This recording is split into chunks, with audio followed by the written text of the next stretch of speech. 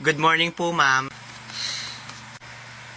La, snabrang putik. Kala mo naman ganda. Oh, pasok na. May estudyante talaga. Good morning po, ma'am. La, sungit naman ito. Hoy, be, grabe ka naman. Baka di ka lang narinig. Anong di narinig? Ay, lakas na lakas nga ng pagkakabati ko. Ano yan, may tumor sa tenga? May sinasabi ka? Ha? Ay, ma'am, wala. Wala kang sinasabi, ma'am. Ano lang, napansin ko lang po yung kaprasyan nyo today. Fresh nyo, ma'am. Alam ko. Now go back to your room. Anong oras na nasa labas pa kayo? Pasok! Diyos ko po talaga itong mga batang ito. Up, up, up, up! Good morning! Ay, good morning po. Nako, kung di ka pa talaga babatiin, di ka babati. Grabe na talaga ang mga kabataan ngayon, mga wala ng modo. Ganyan ba tinuturo namin mga guro sa inyo? Na maging bastos? Ay, ma'am, sorry po. Hindi ko po kasi kayo nakita. May kausap po kasi ako sa cellphone eh. Ay, ang papalusot pa, nako. Halatang halata naman sa ugali mo na mataray. Tingnan mo nga yung mukha mo.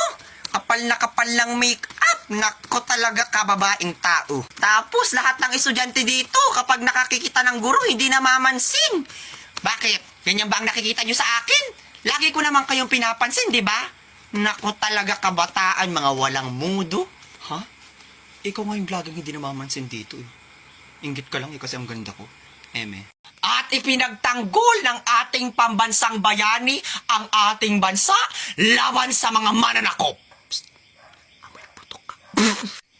At sinabi nga ni Jose Rizal na kabataan ang pag-asa ng bayan. Nako talaga, daldal.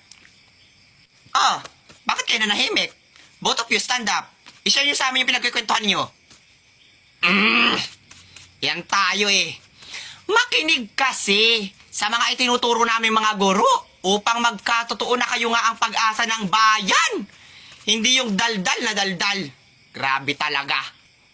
Ganyan ba? Ganyan ba ang pag-asa ng bayan? Ha?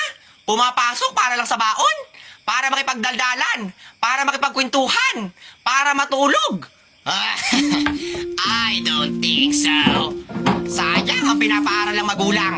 Kaya sinasabi ko sa inyo, makinig lagi. Kasi dadalhin nyo to pagtanda ninyo. Both of you, to the guidance office right now.